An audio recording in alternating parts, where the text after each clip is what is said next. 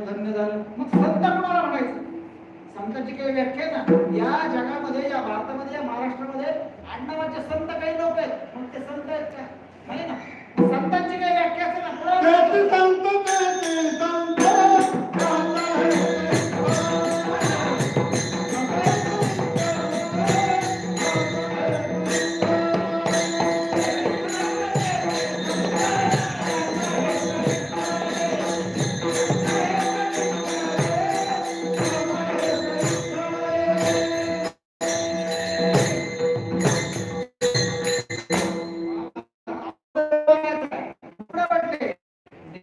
काही टाळाटोळ ज्यांना नामाशिवाय दुसरं काय माहित नाही, जे जादू करत नाही, जादूटोणा करत नाही, तंत्र मंत्र करत नाही, छाछू करत नाही, काळ्या होल्या, मिरची टाकण्या, बुक्का गुलाब, या सगळ्या भानगडीच्या बाहेर पडून जे फक्त भगवंताचं नामस्मरण करतात. नाथ महाराज म्हणाले, माझे स्वरूपी ज्याचे चित्त, नाथांच्या भागवतात नाथ म्हटले, माझे स्वरूपी ज्याचे चित्त अखंड जडले असे भजनयुक्त, त्यासीच बोलीचे मदभक्त संत संतो जाणावा. नाथांची ओवी खोलून सांगायची गरजच नाही. नाथांची भागवतातली ओवी कळलं एकदम सोपी, पण मोठी ओवी. ज्ञानोबा राय म्हणाले, ते चालते ज्ञानाचे बिंब, तयाचे अवयव सुखाचे कोंब, हेर माणूसपण भाव लौकिक भाव.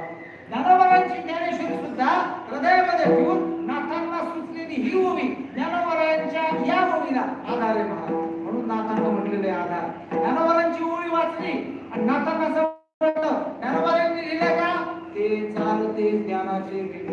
ते म्हणजे निर्देश केलाय ज्ञानोबारायांनी, वर्णन केलं नाही, कोण माणूस दाखवला नाही.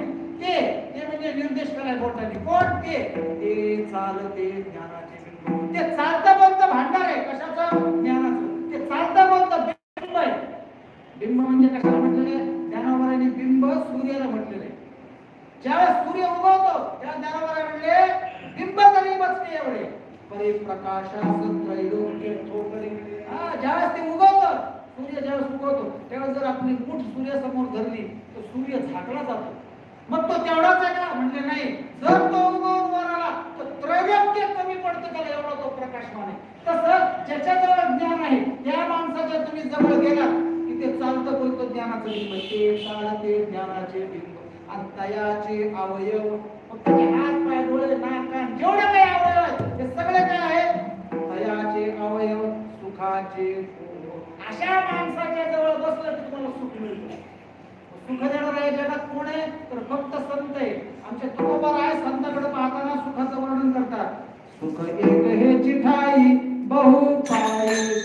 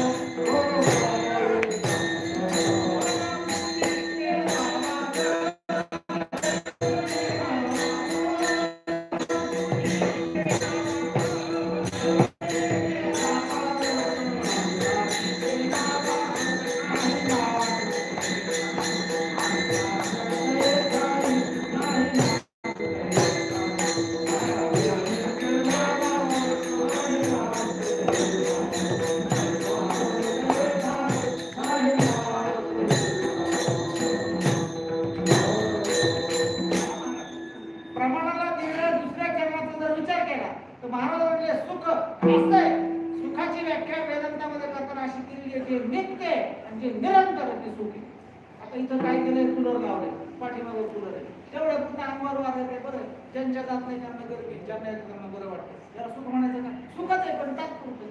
हे बंद झालं की दुःखच आहे. कशाचं? घाम. मग हे नित्य आहे का? नाही ना. जे नित्य आहे म्हणजे कधी संपत नाही असं नित्य आणि निरंतर सुख देणारा कोण आहे? म्हणजे एक तर देव आहे आणि दुसरे संत आहे. म्हणून अगोदर संतांचं वर्णन केलेलं आहे, तसं देवाचं वर्णन केलंय. सुखरूपायचा पण तो देव तुकोबाराच्या रूपाने अवतरित झाला. तो देव